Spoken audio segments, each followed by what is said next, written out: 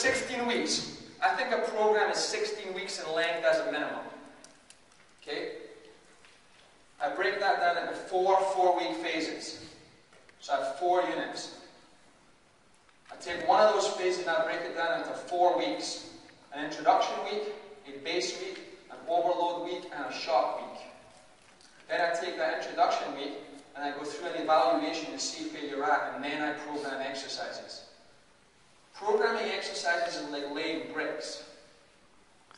It's the first thing you do once you have the whole plan in place.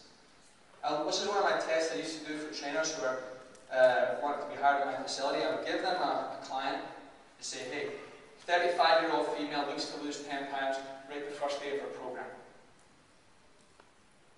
I saw them write down exercise 1, lunge. Did I get the job? Putting the sets and reps together and looking at the overall physiology of what's going on is far more important. But exercise selection is the last piece.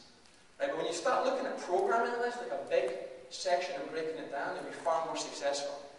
I grew up as a competitive martial artist, and I had to fight a guy one day at a tournament. You might have heard of him, Jason Voorhees from Friday the 13th. I had to fight that guy. He's not a real guy, by the way. That's who I perceived that I was going to fight. Not a real guy. Wasn't really fighting. My instructor says to me, I know you're scared. Don't try to fake these circuits in and of themselves. Okay, you're going to address all of these in a workout. This is 2010. You cannot get it done just by doing strength training anymore. Probably in the 80s people were active.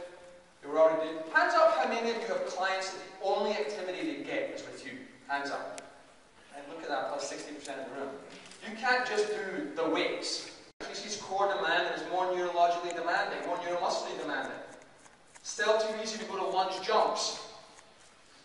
Okay? You can see that I introduce a plyometric effect and make it harder, but the pattern remains the same. Some sled pushes, some pulling. There's visual kicking Mike's ass with power flips. Mike the flying monkey. There's Mike standing and some ass down, catching up.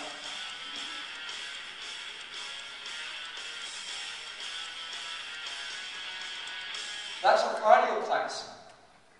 There's the foam rolling, everybody does it. Dynamic warm-up, everybody doing it on their feet off the treadmill. Then here's our corrective exercise that I showed you on the videos. A hard rolling,